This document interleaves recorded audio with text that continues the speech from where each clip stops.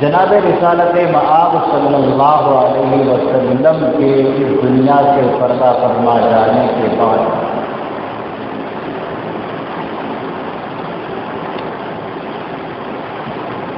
امت پر یہ ذمہ داری عائد ہوتی ہے کہ جو حالات رسول اللہ صلی اللہ علیہ وسلم کے زمانے میں تھے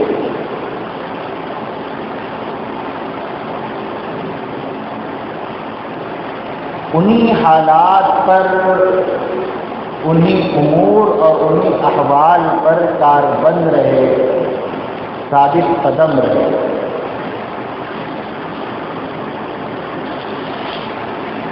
اللہ تبارک و تعالیٰ نے میرے اور آپ کے آقا جناب رحمت کونین صلی اللہ علیہ وسلم پر دین کی، شریعت کی، اسلام کی تکمیل فرمائی، دین کو آپ پر مکمل کر دیا گیا۔ شریعت کا کوئی حصہ باقی نہیں رہا، ناقص اور ادھورا نہیں رہا، بلکہ مکمل طریقے سے اللہ تبارک و تعالیٰ نے آپ علیہ الصلاۃ والسلام پر پورے اسلام کو نازل فرمایا، پورے دین کو، پورے قرآن کو نازل فرمایا۔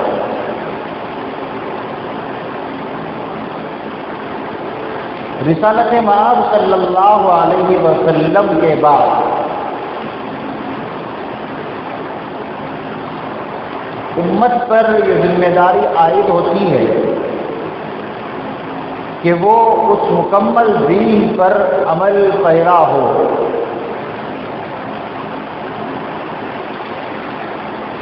رسول اللہ صلی اللہ علیہ وسلم کی وہ زندگی جو آپ نے ہمارے لیے نمونہ بتلایا، اس کو اختیار کرے، اس پر چلے، وہ چیزیں، وہ احکام جو ہمیں آقا نے دیے، وہ احکام جو معروفات کی قبیل سے ہیں، وہ احکام جو منکرات کی قبیل سے ہیں، ان پر عمل کرنا، یہ رسول اللہ صلی اللہ علیہ وسلم کے ساتھ محبت کی سچی علامت اور دلیل ہے۔ ایسا نہیں ہے کہ ایک بندہ کہتا ہے کہ مجھے نبی سے بہت زیادہ محبت ہے، میں نبی سے بہت زیادہ عشق کرتا ہوں، میں اللہ کے رسول صلی اللہ علیہ وسلم سے محبت کرنے والا ہوں، لیکن ان کے بتائے ہوئے طریقے پر نہیں چلتا، ان کی زندگی کو فالو نہیں کرتا، تو پھر وہ کیسا عاشق رسول ہے؟ وہ کیسا نبی سے محبت کرنے والا ہے کہ دعویٰ تو ایک ہے لیکن دلیل اس کے پاس کچھ بھی نہیں ہے۔ مثال کے طور پر کوئی یہ کہے کہ میں وقت کے وزیر اعظم کو فالو کرنے والا ہوں، میں وقت کے وزیر داخلہ کو فالو کرنے والا ہوں، میں وقت کے فلاں لیڈر کو فالو کرنے والا ہوں، لیکن وقت کا وزیر اعظم، وقت کا وزیر داخلہ، وقت کے وہ لیڈر جو حکم اسے دیتے ہیں، جو بات وہ کہتے ہیں، جو کام وہ کرنے کا حکم صادر فرماتے ہیں، اس پر یہ بندہ عمل نہیں کرتا، تو اب یہ نہیں کہا جائے گا کہ وہ فلاں صاحب کے فالوور ہیں۔ ایک طرف تو دعویٰ ہے کہ میں ان کا فالو کرنے والا ہوں، دوسری طرف کام ایسا نہیں ہے جس سے کہا جائے کہ یہ ان کے فالوور ہیں، یہ ان کے پیچھے چلنے والے ہیں، یہ ان کی باتوں کو ماننے والے ہیں، کام الٹے ہیں۔ تو ایسے ہی اللہ کے رسول صلی اللہ علیہ وسلم کی وفات کے بعد میرے اور آپ پر یہ ذمہ داری بنتی ہے، عائد ہوتی ہے کہ اللہ کے رسول صلی اللہ علیہ وسلم نے جو چیزیں ہمیں دی ہیں اس پر مکمل طریقے سے کاربند رہیں۔ چنانچہ اللہ کے رسول صلی اللہ علیہ وسلم کی وفات کی خبر اور آپ کے اس دنیا سے پردہ فرما جانے کے بعد امت پر کیا ذمہ داری لاگو ہوتی ہے، کیا فریضہ عائد ہوتا ہے، قرآن کریم کے چوتھے پارے میں اللہ تبارک و تعالیٰ اس کو بیان فرماتے ہیں، کہتے ہیں وما محمد الا رسول قد خلت من قبله الرسل افإن مات او قتل انقلبتم على اعقابكم۔ اللہ تبارک و تعالیٰ فرماتے ہیں وما محمد الا رسول، کہ محمد صلی اللہ علیہ وسلم نہیں ہے مگر ایک رسول، یعنی جس طرح پہلے رسول گزرے ہیں، نبی گزرے ہیں، پیغمبر گزرے ہیں، اسی طرح محمد صلی اللہ علیہ وسلم بھی ایک رسول ہیں، ایک نبی ہیں، وہ بھی ایک پیغمبر ہیں۔ جس طرح حضرت آدم آئے، حضرت موسیٰ آئے، حضرت نوح آئے، حضرت عیسیٰ آئے، وہ بھی پیغمبران خدا تھے، یہ بھی پیغمبر خدا ہیں، وہ آئے اور چلے گئے، اسی طرح یہ بھی آئے ہیں اور یہ بھی چلے جائیں گے۔ وما محمد الا رسول، محمد صلی اللہ علیہ وسلم بھی ایک رسول ہیں۔ قد خلت من قبله الرسل، فرمایا جس طرح کے دیگر نبی چلے گئے، اس دنیا سے رخصت ہو گئے، پردہ فرما گئے، اسی طرح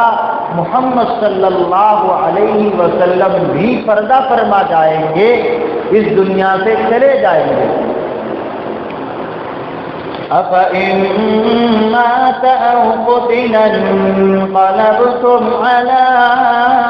أَعْقَابِكُمْ، فرمایا کہ کیا محمد صلی اللہ علیہ وسلم اگر مر گئے یا وہ شہید کر دیے جائیں،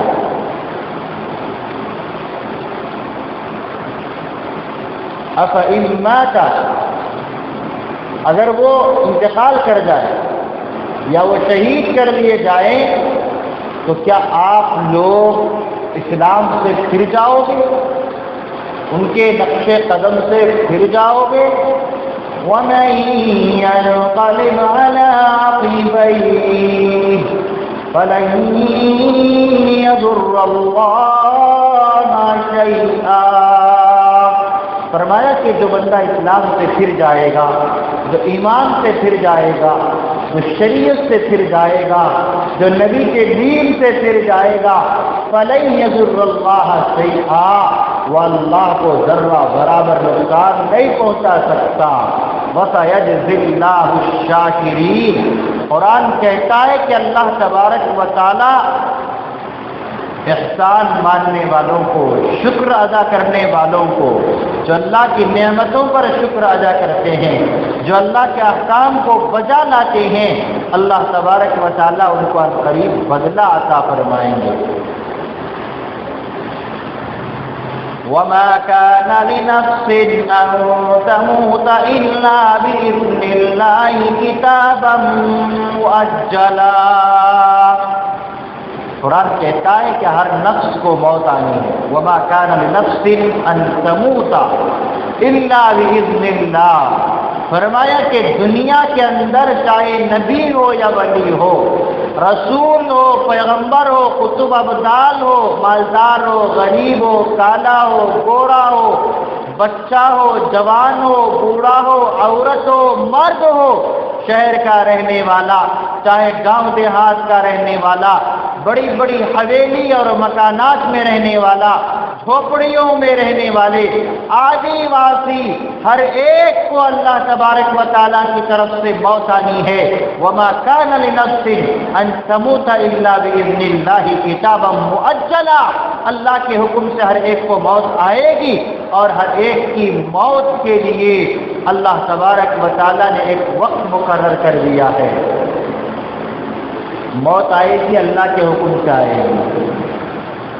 اللہ کا حکم جب تک نہیں ہوگا موت آ نہیں سکتی۔ چاہے انسان میدان جنگ میں ہو، چاہے انسان میدان کارزار میں ہو، موت اس کو چھو نہیں سکتی۔ چاہے انسان بڑے بڑے محلات کے اندر، بڑے بڑے قلعوں کے اندر،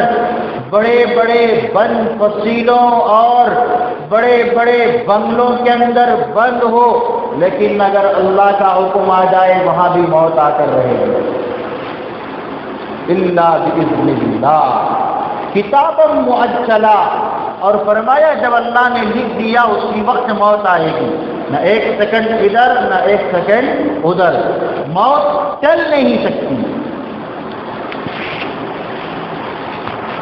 کچھ بندے خدا وہ ہوتے ہیں جنہیں اللہ تبارک و تعالی اختیار دیتے ہیں کہ اگر وہ چاہیں تو موت ان کے لیے کچھ وقت کے لیے ٹل سکتی ہے، لیکن بالآخر ان کے لیے پھر بھی موت ہے۔ یعنی موت ایک ایسی چیز ہے کہ ہر انسان کو آنی ہے۔ یہ الگ بات ہے کہ اللہ تبارک و تعالیٰ اپنے بعض نبیوں کو، اپنے بعض ولیوں کو اختیار دیا کہ وہ تھوڑی دیر اور مہلت لے لیں، لیکن اس مہلت کے ختم ہونے کے بعد پھر بھی موت ہے۔ یعنی موت ہی موت ہے، موت ہی موت ہے۔ ایسا نہیں ہے کہ وہ نبی، وہ ولی، وہ رسول، وہ قطب، وہ ابدال، وہ فلاں غوث جن کو مہلت دی گئی اللہ تبارک و تعالیٰ کی طرف سے ان کو موت نہیں آئے گی، ایسا نہیں ہے۔ موت آنی ہی آنی ہے، آج آئے، کل آئے، پرسوں آئے، چند سال بعد آئے، چند برس بعد آئے، موت آئے گی۔ حضرت موسیٰ علیہ السلام کے پاس ملک الموت روح نکالنے والا فرشتہ حضرت اسرائیل علیہ السلام حاضر آئے اور ان کی روح کو قبض کرنے کے لیے، ان کی روح کو نکالنے کے لیے، اللہ تبارک و تعالیٰ کے حکم کو پورا کرنے کے لیے، خداوند تعالیٰ کے حکم کو بجا لانے کے لیے ملک الموت سیدنا اسرائیل علیہ السلام حضرت موسیٰ کے دربار میں آتے ہیں اور ان کی روح کو نکالنے کے لیے، قبض کرنے کے لیے ہاتھ بڑھاتے ہیں۔ حضرت موسیٰ سمجھ گئے یہ تو ملک الموت ہے۔ بڑے جلیل القدر نبی تھے، بڑے جلیل القدر پیغمبر تھے۔ آپ نے سنا ہوگا وہ واقعہ حضرت موسیٰ علیہ السلام کا کہ حضرت موسیٰ علیہ السلام ابھی نوجوان ہیں، ابھی جوانی کے عالم میں ہے، اور حضرت موسیٰ علیہ السلام کا کہ قبیلے کا، ان کی قوم کا، ان کی نسل اور ان کے خاندان کا ایک آدمی بنی اسرائیل سے ایک فرعون کا آدمی لڑائی کر رہا تھا، جھگڑ رہا تھا۔ بڑا مشہور واقعہ ہے، قرآن کے 24ویں پارے میں سورہ مومن میں اللہ تبارک و تعالیٰ نے اس واقعے کو نقل فرمایا ہے کہ بنی اسرائیل سے وہ فرعون کا آدمی خضری لڑائی کر رہا تھا، جھگڑ رہا تھا۔ حضرت موسیٰ کا گزر وہاں سے ہوا، یعنی ایک طرح کا ظلم وہ فرعون کا آدمی خضری بنی اسرائیل کے آدمی پر کر رہا تھا۔ بنی اسرائیلی نے حضرت موسیٰ کو آواز دیا، کہا کہ موسیٰ یہ دیکھو میرے اوپر یہ ظلم کر رہا ہے، یہ میرے ساتھ جھگڑ رہا ہے، آپ میری مدد کر دو، میرا تعاون کر دو۔ قرآن میں ہے کہ حضرت موسیٰ علیہ السلام آگے بڑھے مدد کرنے کے لیے۔ جلیل القدر پیغمبر، بڑے طاقتور پیغمبر تھے۔ حضرت موسیٰ علیہ السلام مارا ایک بھوسا اور نکال دیا اس کا بھوسا، ایک بھوسا مارا اور اس کا کام تمام ہو گیا، ایک مکے سے بالکل وہ انسان مر گیا، وہ خضری فرعون کا آدمی ایک مکے سے مر گیا۔ حضرت موسیٰ بڑے طاقتور، ایک بھوسے کی تاب نہیں لا سکا، مر گیا۔ قصہ مختصر، جو ہونا تھا وہ ہوا، یہ تو مر گیا۔ حضرت موسیٰ علیہ السلام خاموش ہو گئے اور اس آدمی کو بھی کہہ دیا کہ تم میرا نام ظاہر مت کرنا۔ پھر دوسرے دن دیکھا کہ پھر وہی آدمی بنی اسرائیلی جس کی مدد کی تھی حضرت موسیٰ نے، کسی اور سے بھی لڑ رہا ہے اور اس دن بھی مدد کے لیے بلا رہا ہے۔ حضرت موسیٰ نے اس دن اس کو ڈانٹا اور کہا کہ تم صرف سب سے لڑائی کرتے ہو، کل بھی اس سے لڑائی کر رہے تھے۔ تو اب حضرت موسیٰ کا راز فاش ہونے والا تھا۔ وہ جس سے لڑائی کر رہے تھے سمجھ گئے کہ یہ موسیٰ ہی نے اس کو مارا ہے۔ حضرت موسیٰ علیہ السلام وہاں سے نکل گئے اور پھر آپ مصر کو چھوڑ کر مدین کی طرف چلے، جہاں حضرت شعیب علیہ السلام کے یہاں آپ کا قیام ہوا۔ پھر آپ کی وہاں شادی ہوئی، کئی سال تک آپ نے بکریاں چرائی، آپ کو نبوت ملی۔ ایک لمبا واقعہ ہے، کبھی موقع ملا تو حضرت موسیٰ علیہ السلام کا یہ پورا واقعہ آپ کے سامنے پیش کیا جائے گا۔ سردست میں عرض یہ کر رہا تھا کہ حضرت موسیٰ ایسے جلیل القدر نبی اور پیغمبر تھے کہ ایک بھوسا مارا، اس کا بھوسا باہر کر دیا۔ ملک الموت آئے تھے حضرت اسرائیل علیہ السلام روح نکالنے کے لیے۔ حضرت موسیٰ علیہ السلام سمجھ گئے یہ تو ملک الموت ہے، یہ تو ملک الموت ہے۔ حضرت موسیٰ نے ایک بھوسا جو ملک الموت کے مارا، ملک الموت کے آنکھ کھول ڈالی، ان کی آنکھ کھول ڈالی۔ ملک الموت بیچارے فرشتے وہ اللہ کے دربار میں گئے، اپنی ٹوٹی ہوئی پھوٹی ہوئی توڑی ہوئی آنکھ لے کر اور جا کر کہنے لگے باری تعالیٰ موسیٰ آپ کے دربار میں شاید آنے کے لیے تیار نہیں ہے، میں نے ان کی روح قبض کرنے کے لیے ہاتھ آگے بڑھایا، میرے ساتھ انہوں نے جو ماجرا کیا میں آپ کے سامنے لوٹ آیا ہوں۔ اللہ تبارک و تعالیٰ کے حکم سے ملک الموت حضرت اسرائیل علیہ السلام کی وہ آنکھ پھر درست ہو گئی۔ خدا کی قدرت کا کرشمہ دیکھیے، خدا کا حکم ہوا، ملک الموت کی آنکھ درست ہو گئی، صحیح سالم ہو گئی، اور اللہ تبارک و تعالیٰ نے فرمایا اے اسرائیل جاؤ میرے موسیٰ سے کہہ دو، اے موسیٰ تم ایک بیل کے اوپر، ایک جانور کے اوپر اپنے ہاتھ کو رکھ دو، اپنے دستے مبارک کو رکھ دو، تمہارے ہاتھ کے نیچے جتنے بھی بال ہوں گے اتنے سال تک تمہیں مہلت دی جائے گی۔ ملک الموت پھر حضرت موسیٰ کے پاس آئے اور آ کر کے خدا کا وہ پیغام سنایا، اور پھر پوچھا موسیٰ نے کہ ملک الموت جتنے بال میرے ہاتھ کے نیچے آئیں گے اتنے سال تک، اتنے برس تک مجھے مہلت دی جائے گی، تو پھر اس کے بعد کیا ہوگا؟ ملک الموت نے کہا پھر وہی موت، پھر وہی موت۔ تو حضرت موسیٰ نے کہا اس سے بہتر ہے کہ تم ابھی ہی میری روح قبض کر لو۔ پہلی مرتبہ حضرت موسیٰ نے جو گھونسا لگایا تھا، جو مکہ مارا تھا، وہ موت کے خوف سے نہیں تھا، موت کے ڈر سے نہیں تھا کہ حضرت موسیٰ علیہ السلام اللہ کے دربار میں جانے سے ڈر رہے تھے، بلکہ اللہ تبارک و تعالیٰ نے جو جلال حضرت موسیٰ کو دیا تھا، جو طاقت اللہ تبارک و تعالیٰ نے دی تھی حضرت موسیٰ کو، اس جلال کا اظہار اچانک سے ہو گیا۔ تو میں عرض یہ کر رہا تھا ہر ایک کو موت آنی ہے اور اس کے مقررہ وقت پر آنی ہے۔ کچھ نبی اور رسول وہ ہوتے ہیں جن کو اللہ تبارک و تعالیٰ اپنی جانب سے اختیارات دیتے ہیں کہ تم چاہو تو کچھ مہلت اور لے لو۔ ایک مرتبہ اللہ کے رسول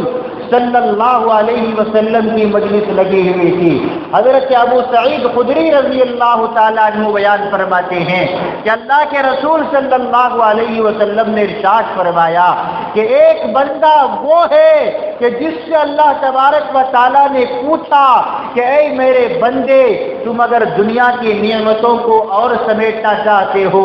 دنیا کی نعمتوں کے درمیان میں اور رہنا چاہتے ہو تو تمہیں اختیار ہے، اور اگر میرے یہاں آ کر تم میرے یہاں کی نعمتوں کو دیکھنا چاہتے ہو تو وہ بھی تمہیں اختیار ہے۔ لہذا اس بندے نے خدا کے یہاں جو ملنے والی نعمتیں ہیں ان نعمتوں کو قبول کر لیا ہے۔ حضرت ابو بکر اسی مجلس میں موجود تھے، ہاڑے مار کر رونے لگے، آنکھوں سے آنسو جاری ہو گئے. حضرت ابو بکر کی داڑھی مبارک تر ہو گئی, بھیگ گئی. حضرت ابو سعید خدری رضی اللہ تعالیٰ عنہ روایت کے راوی ہے, وہ بیان کرتے ہیں میں دل میں سوچنے لگا پورا مجمع خاموش ہے, پوری مجلس میں بیٹھنے والے لوگ خاموش ہے, یہ صدیق اکبر کو کیا ہو گیا؟ یہ بوڑھے میاں بالآخر رو رہے کیوں ہیں, روتے کیوں ہیں؟ اللہ کے رسول نے بیان فرمایا ایک بندہ ہے جس کو اللہ نے اختیار دیا کہ اگر میرے یہاں آنا چاہو تو آ سکتے ہو, اور اگر دنیا میں اور رہنا چاہتے ہو تو رہ سکتے ہو. یہ مہلت کی بات ہے اللہ کی طرف سے, اس میں رونے والی کون سی بات ہے؟ جب مجلس ختم ہو گئی, جب مجلس ختم ہو گئی, حضرت ابو سعید خدری رضی اللہ تعالیٰ عنہ کہتے ہیں کہ میں نے حضرت صدیق اکبر سے پوچھا, اے صدیق اکبر, اللہ کے رسول نے تو ایک واقعہ بیان فرمایا, ایک بات بیان فرمائی, اس میں رونے کی بات کون سی تھی؟ صدیق اکبر نے پوچھا کہ جو بات میں سمجھ رہا ہوں وہ بات تم سمجھ نہیں سکتے. حضرت ابو سعید خدری رضی اللہ تعالیٰ عنہ کہتے ہیں کہ ہم میں سب سے زیادہ بڑے عالم اور سب سے بڑے مفتی اور سب سے بڑے اللہ کے رسول کے چہیتے اور اللہ کے رسول کی باتوں کو سمجھنے والے وہ صدیق اکبر کی ذات گرامی تھی, جو اللہ کے رسول کے اشاروں کو بھی, اللہ کے رسول کے رازوں کو بھی جانتے تھے اور سمجھتے تھے. صدیق اکبر کہنے لگے ابو سعید خدری, اللہ کے رسول نے کسی اور کا واقعہ بیان نہیں فرمایا, کوئی اور بات بیان نہیں فرمائی, بلکہ اللہ کے رسول صلی اللہ علیہ وسلم نے آج کی مجلس میں جو بات بیان فرمائی ہے وہ میں سمجھ سکا ہوں, جس کو سمجھنے کے بعد بلا اختیار کیے, بلا کسی غرض کے, بغیر کسی اختیار کے میری آنکھوں نے آنسو جاری کر دیے, میں دھاڑے مار کر رونے لگا ہوں. کہتے ہیں کہ ابو سعید, اللہ کے رسول صلی اللہ علیہ وسلم ہی کی وہ ذات ہے کہ اللہ تبارک و تعالیٰ نے آپ کو اختیار دیا کہ اگر آپ دنیا میں رہنا چاہتے ہیں تو آپ دنیا میں رہیں, اگر آپ میرے یہاں آنا پسند کرتے ہیں تو میرے یہاں آ جائیں. اللہ کے رسول نے اللہ کے یہاں جانا پسند فرما دیا, اسی لیے میں رو رہا تھا. تو معلوم یہ ہوا ہر انسان کو اس دنیا سے جانا ہے, ہر ایک کے لیے ایک وقت طے ہے. اگر کوئی یہ سوچے کہ میں میدان جنگ میں نہیں جاؤں گا, میں پروٹیسٹ میں نہیں جاؤں گا, میں مظاہروں میں نہیں جاؤں گا, میں دھرنوں میں نہیں جاؤں گا,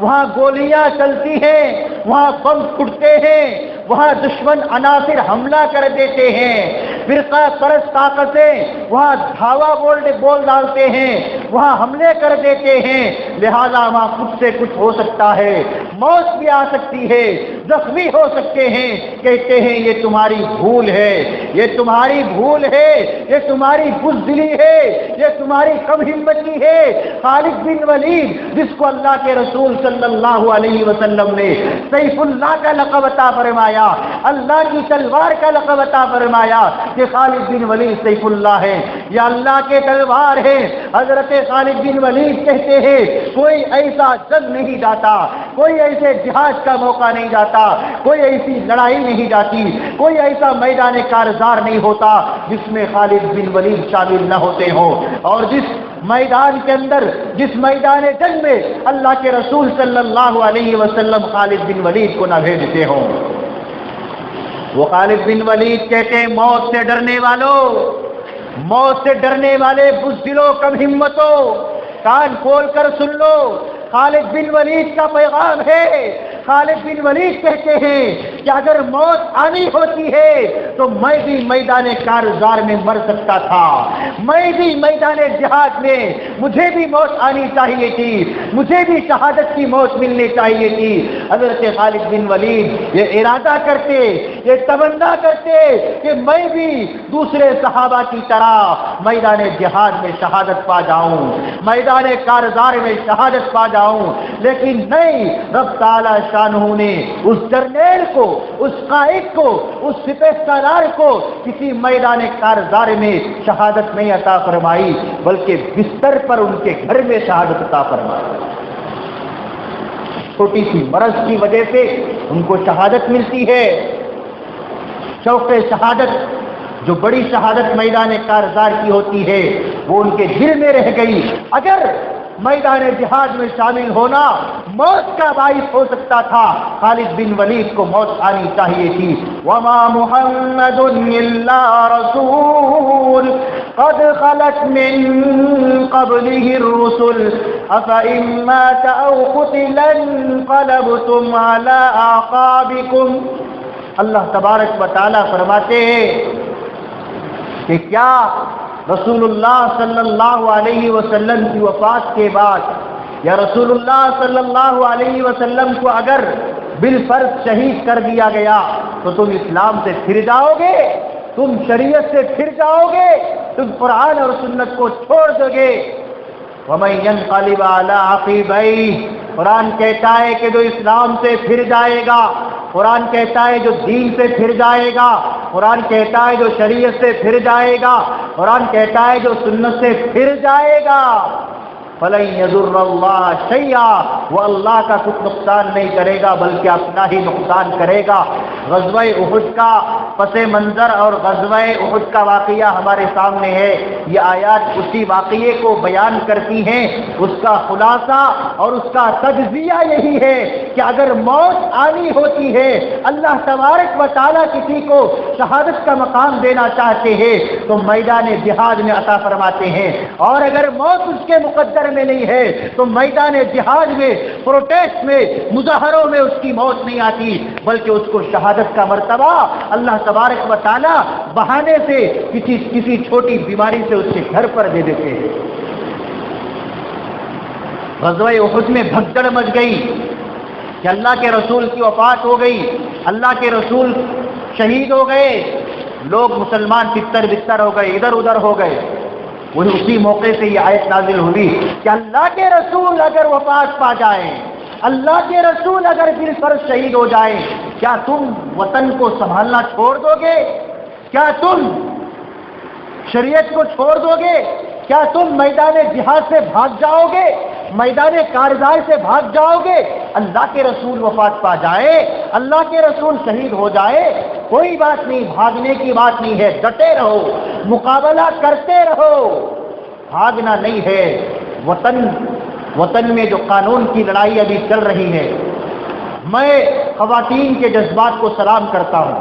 اور میں ایک واقعہ سناتا ہوں۔ حضرت صفیہ بنت عبد المطلب رضی اللہ تعالیٰ عنہا، یہ آپ علیہ الصلوۃ والسلام کی پھوپھی لگتی ہے۔ جب غزوہ خندق کا موقع آتا ہے، جب ہمارے لیڈران پیچھے آ جاتے ہیں، جب مرد حضرات پیچھے آ جاتے ہیں، جب مرد حضرات اپنی بہادری نہیں دکھاتے،